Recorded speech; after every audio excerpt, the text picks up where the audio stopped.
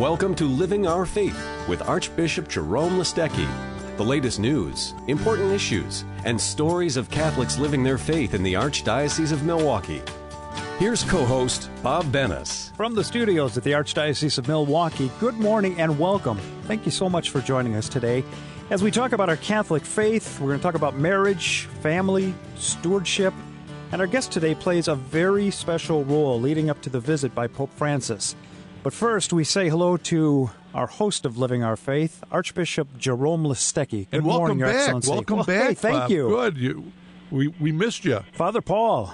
Does a great job filling in. Father Paul was here. We know you had commitments with Relevant Radio, supporting, and talking about organizing the outreach on Relevant Radio, and it's growing, isn't it? It is. In fact, our guest today is in Philadelphia. We're going to be talking on the phone, and Relevant Radio is very close to wrapping up the purchase of a radio station in the greater Philadelphia market, so we're excited about that. But today, being September 11th, it's not something that any of us can forget. It's the 14th anniversary of the attacks on the World Trade Center and the Pentagon. It's indelible. Nobody really forgets where they were that day. What were you doing? I had recently been named an auxiliary bishop, so I had my... in Chicago, had my duties. I still remained basically at the St. Ignatius Parish, where I was appointed as pastor, and I was getting ready to go down to address the council, the Presbyteral Council, and I came down, and our receptionist, along with our organist, had the TV on, and he came running up to me and said, "Did you see what happened, Father? Did you see what happened, Bishop?" I said, "No." And so I came over, and there we were watching it as the announcement had been made that one of the towers had come, and while we were watching it, another plane flew into the tower. And it was at that time that my guts sank, because this was no accident. You knew this was basically a direct attack on the United States.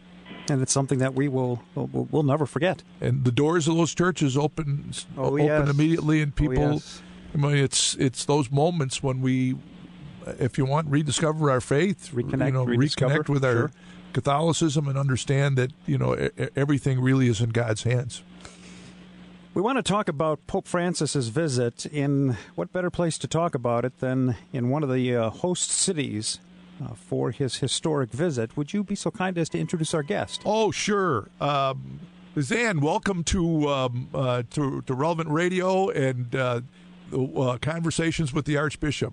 Thank you, Archbishop. I appreciate you having us. And now, Lizanne, just so that individuals who are listening can get into you as our guest, would you please share with us a little bit of your faith story, your faith journey? Sure, I'd be happy to.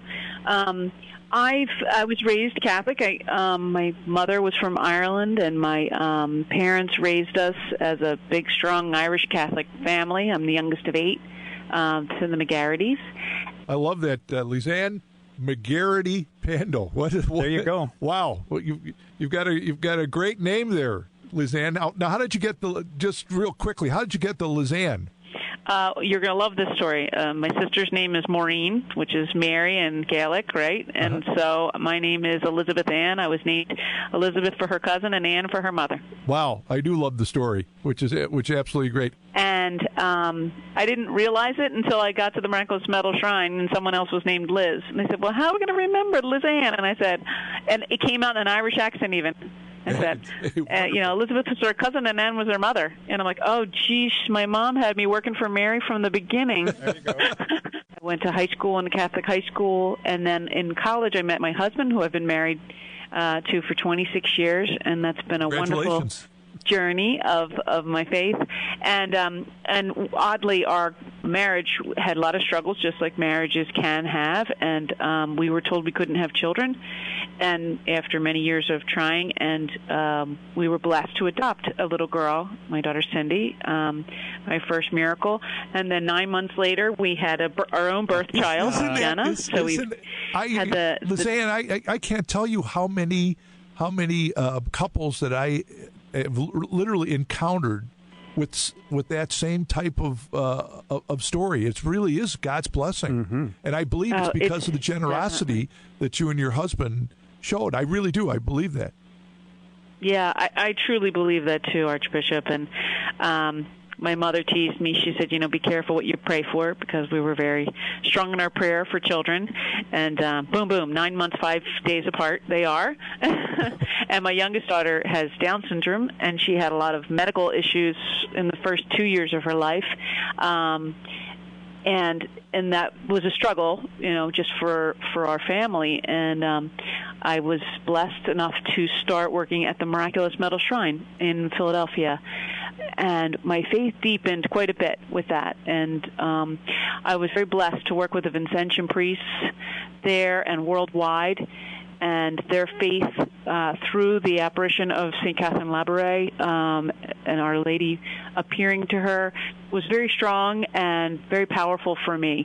And so I have since developed a very strong devotion to Our Lady of the Miraculous Medal and Our Lady in general. And a lot of people have a big bucket list of things they want to do. Well, I would like to go to everywhere that the Blessed Mother has appeared here on this little globe we call Earth. So that would be a great satisfaction and happiness for me. Lizanne, everywhere the Blessed Mother's appeared? Because then you've got to come here to Wisconsin. We'll expect a visit from you to Wisconsin, because up in Green Bay we have basically an authenticated apparition. Only one in the United States that we have. So good. Yeah. So I will be there then. You'll have to tell us, and we'll have a cup of coffee ready for you.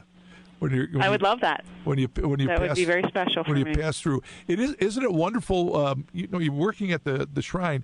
You must have had many experiences of testimonies of faith that inspired you every day. Yeah. It was just a blessing, and I was the director of marketing and communications there, as I am for the World Meeting of Families, and I had to often remind the priests that we should share these wonderful experiences and favors received, because we had so many that it became just what people prayed for became what they received in whatever form they needed. And so often I had to keep reminding them, we have to tell people that someone's cancer is gone, or that someone had a child after waiting for so long, or things of that nature, because it's such a blessing to hear these faith-filled stories return again and again and again. So now, Lizanne, most of us, when we're waiting for a visit from a relative or a guest, we kind of clean our house and we get everything all straightened out. Well, you have a fairly important guest coming to visit in Philadelphia. What kind of house cleaning and what kind of preparations are you doing along with the entire Archdiocese of Philadelphia in preparation for this special visit? Yeah, well, it's such a thrill to have been chosen for the World Meeting of Families, and then for the Holy Father to agree to come to the World Meeting of Families. And then, of course, since then, he's agreed to go to Washington and New York. So it's become quite a journey for all of us. The World Meeting of Families is so exciting because we're going to have, 80 sessions with 140 speakers. 80% of it will be Catholic speakers, but there's actually other faith people. I'm lacking the word right now. Leaders, other faith leaders like rabbis and ministers and things like that will be speaking to other family issues. So we've got quite what I call the Catholic Super Bowl of speakers and fun things that will be happening at the convention during the week of the World Meeting of Families. And then, yes, the Philadelphia team is very ready for our Holy Father. We have so many things going on the week of the World Meeting of Families, and in his journey here, he'll be arriving on Saturday, September 26th. And then he'll be having Mass at our Cathedral Basilica of St. Peter's and Paul. And then he'll be going to the seminary and then coming back to our Independence Mall, where religious freedom was born here in America, right? To discuss religious freedom. And we're very excited about that.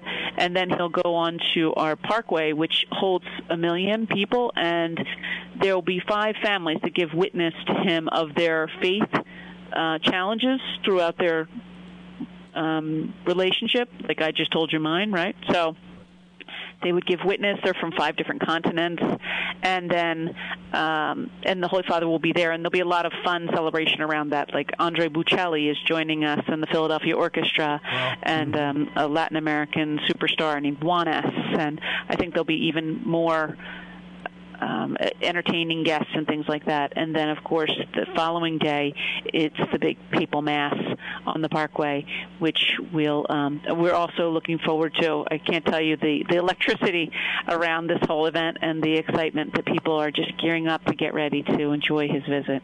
You obviously, this is really an understatement. It takes a tremendous amount of coordination to be able to do that, and to be able to make sure everything is done well. Did you bring all of the priests together? Did you bring all of the religious together? Did you have, a pre-meeting with everyone to kind of get them plugged into everything that was going to happen? Yes, of course. Archbishop Chaput here in Philadelphia is an amazing leader and a really terrific guy. And he started with that. Even before I came on board, when they would have clergy meetings, he would bring a team of people to explain what was coming, what was happening, what kind of questions do you have. He'd have, a room full of 300 and then another room full of 300, and then he'd go up to Harrisburg. So he really was very good at keeping the priests informed and getting their feedback and using their feedback to form, educated decisions on what direction certain things would take place. So with his leadership, we've also met with hotel groups and visitors bureaus and all kinds of people throughout the city, and the mayor's office and the counselors. I mean, we have 150 countries coming to the World Meeting of Families, and then on to the papal visit. So we really have an international group coming, not just the United States. So we've had to be very cognizant of who we're telling what and getting the information out, and we must have gone out hundreds of times in the last year and a half to explain what's going on and to really answer questions from different groups and partners and vendors and things like that are involved with putting something this large on. What's the estimation, the number that people are thinking, a high and a low? For the papal visit? Yes. And Saturday and Sunday? Sure. So Saturday we expect up to 1 million people on the Parkway, and I believe they've predicted about up to 1.5 million people on Sunday. Wow. And we'll have jumbotrons going down the Parkway and throughout the city for the overflow of people in the different areas. It's a big undertaking, but it's a really exciting one. That is Lizanne Pando, and Lizanne, you should know, if anyone should, about what that's going to be like, because you are the Director of Marketing and Communications for the World Meeting of Families coming in Philadelphia. We're going to take a break. You're listening to Living Our Faith here on Relevant Radio with Archbishop Jerome Listecki. Hospice. It's the one word that people are afraid to say out loud. Yet for someone who has experienced St. Camilla's Hospice, it takes on a whole new meaning. We chose St. Camilla's Hospice because it was home hospice. I think it would have broken Lois's heart if she had to leave and go to a strange place. And one of the things that we particularly appreciated was the Catholic help that we got when Lois was in hospice. We had pastoral help. We had chaplains who were absolutely fantastic. They were all so friendly. The hospice care was as good for Lois as it was for me. Hospice care is a physical and spiritual journey, not just for the patient, but for an entire family. St. Camilla's Hospice provides compassionate care right in your loved one's own home. All caregivers and resources are thoughtfully selected from the St. Camilla's community, which continues to serve your family long after the physical care has ended. To learn more, go to relevantradio.com, keyword hospice. Good morning to you. As we remember the fallen from September 11th on this Patriot Day weekend, I'm Grace David with headlines from the Catholic Herald and CatholicHerald.org. The countdown for Pope Francis is closing in fast. Yes, believe it or not, we're less than 10 days away from the Holy Father's first visit to the United States, and he's still making headlines along the way. On Tuesday, he announced historic changes to the Church's annulment process, making it faster, less expensive, and more pastoral in nature. With a rewrite of a canon law section, Pope Francis says he wants to save souls by simplifying the process. The goal is to keep Catholics connected to the Church and to avoid feelings of doubt and alienation. The changes are set to start on December 8th, on the opening day of the Year of Mercy. Read more in this week's Catholic Herald. In more Pope Francis news, his ongoing theme is for Catholics to share a welcoming spirit. The Holy Father stresses that our buildings, facilities, and hearts must be open to others if we are truly living the gospel of Jesus Christ. This week, he issued a reminder that none of us are perfect, but that we each have the gift of God's grace, and that we need to build mutual understanding and respect for others through one-on-one relationships. Read more from Pope Francis and get information on his upcoming visit to New York, D.C., and Philadelphia at CatholicHerald.org. I'm Grace David. Thank you for listening. We now return to Living Our Faith with Archbishop Listecki. Our thanks to our friends at the Catholic Herald for the Catholic News of the Week. We appreciate that. We're having a conversation with Lizanne Pando. Lizanne is the Director of Marketing and Communications for the World Meeting of Families in Philadelphia later on at the end of this month. And when you talk about the Pope's visit and you talk about all the preparation and planning, but now let's talk a little bit more about the details and what's going to be happening for you there as it comes specifically to the talk of marriage and family. Lizanne, you talked about the catechesis of the family. Tell us a little bit about what you mean about the teaching of the family and how that's going to play a central role in the World Meeting of Families. Sure. St. John Paul II actually created the idea or the process of having World Meeting of Families. He was inspired by the World Youth Day and thought this is something he really thought families would benefit from. So this is the 8th World Meeting of Families, and it happens every 3 years, and the first time in the United States. I think it's been a lot of a learning experience for people here in the United States to understand the premise of this Congress. And it starts always with the catechesis being written with the Vatican and the Pontifical Council for the Family, and that is for free. It's up on our website.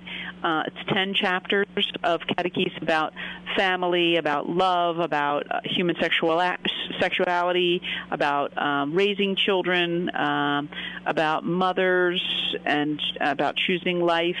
It's a really great book.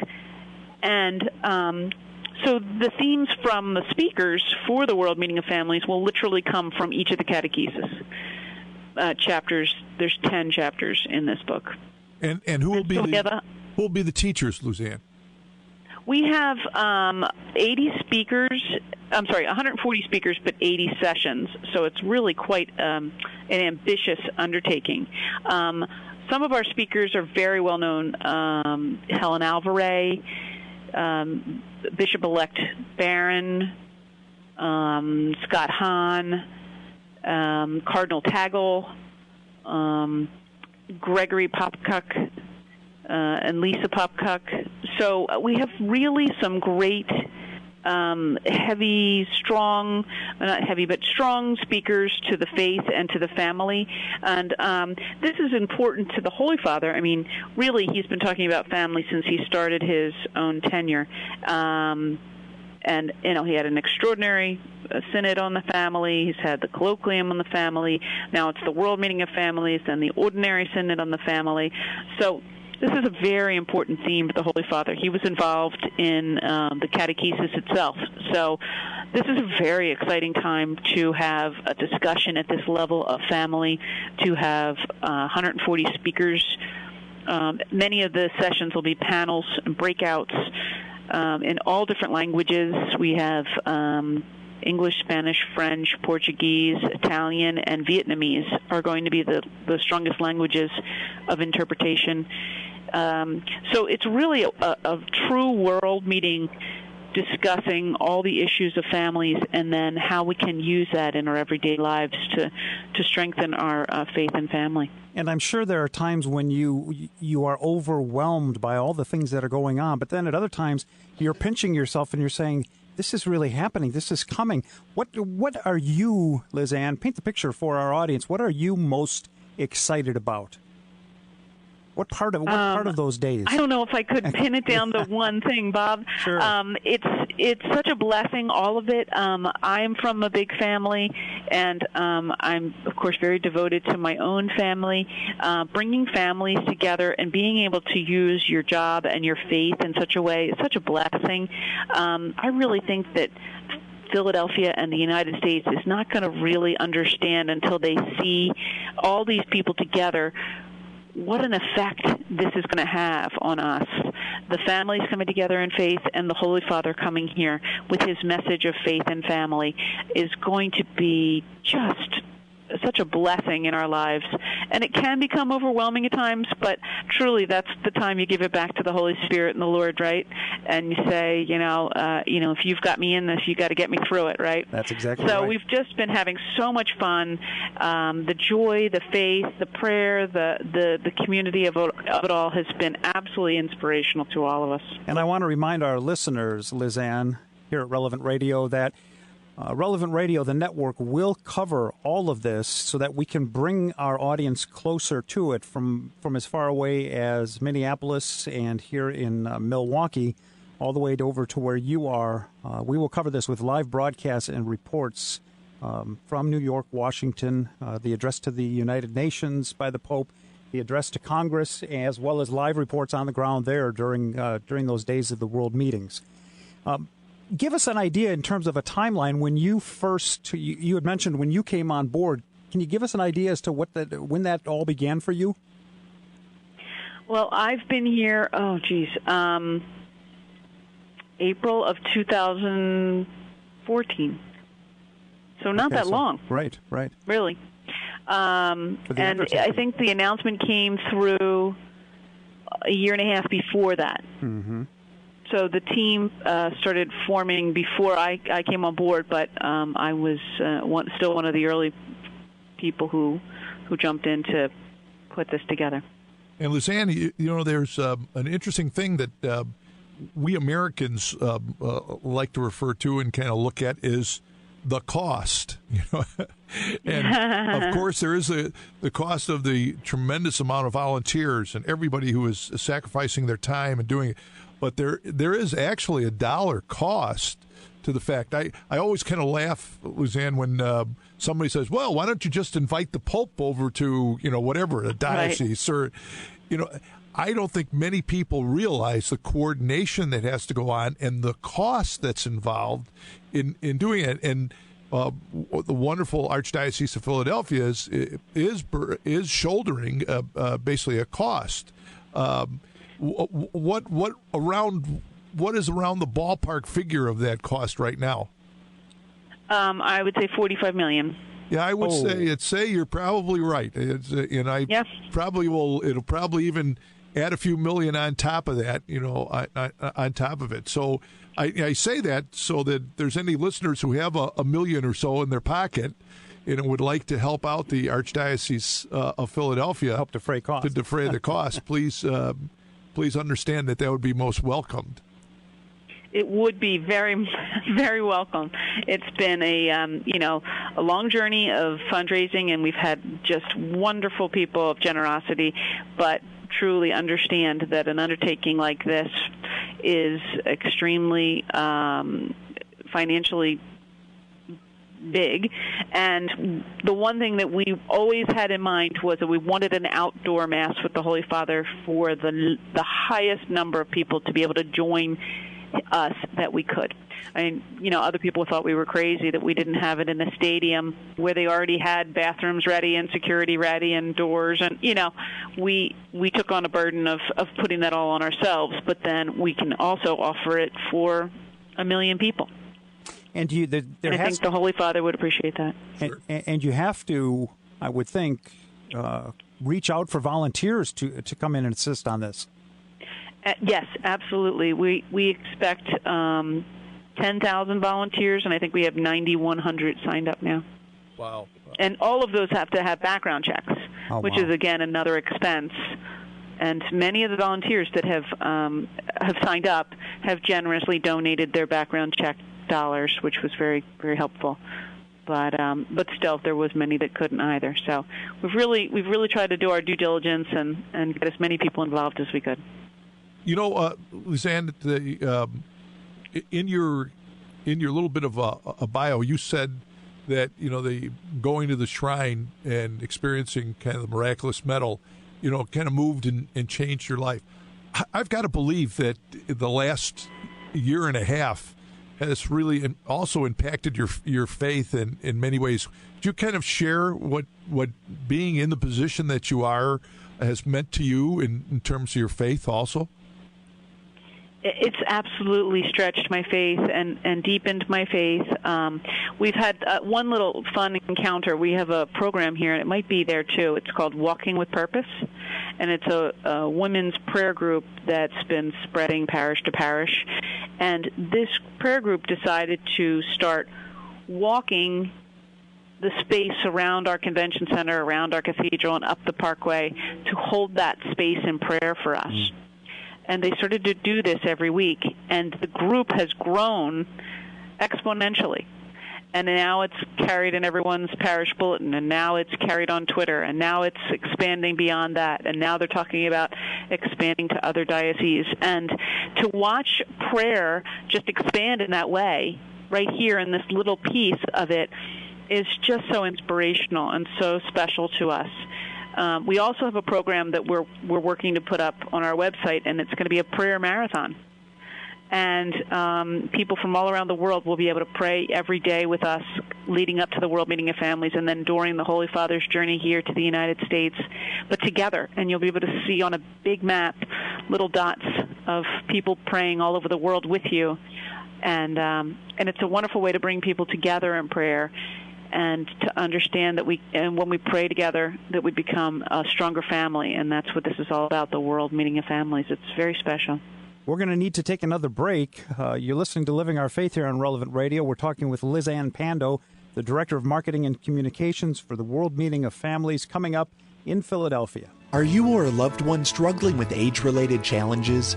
St. Camilla's Geriatric Care Managers are here to partner with seniors and their families to help manage the many challenges and transitions associated with aging and health care. Jean explains how St. Camilla's Geriatric Care Management assisted her father. People want to maintain their independence, and that's what he wanted. And that was the most important thing for him. However, at times he didn't know what was safest or best for him. And that's when we really leaned on care management, and they were able to help us so much. They were able to establish a trusting, caring relationship with my father, and we were able to trust and know that with their guidance, we would be able to keep my father safe in his own apartment. For more information regarding St. Camilla's Geriatric Care Management, go to relevantradio.com, keyword care. That's keyword care. The historic visit of Pope Francis to the United States, including the World Meeting of Families coming up at the end of this month in Philadelphia. And Archbishop, you're going to be there. I'm going to be there, and I hope to see you in Philadelphia. I hope to see you too. And I'll be watching it and listening to it on Relevant Radio. Lizanne, we appreciate your time. We've run out of time for today, but we'll look forward to talking with you again. I wish you all the best, all the blessings for a most successful event, and the fruits of all of your hard work, as well as all those people at the Archdiocese of Philadelphia. Thank you, Archbishop. And may God's blessings be upon you, the Father, the Son, and the Holy Spirit. Amen. Thank you all for joining us today. We remind you that the show repeats tomorrow at 9:30, then again on Sunday at 9:30.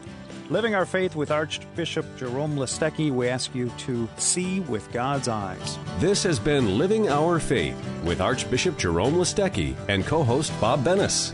Join us again next week for the latest news, important issues, and stories of Catholics living their faith in the Archdiocese of Milwaukee.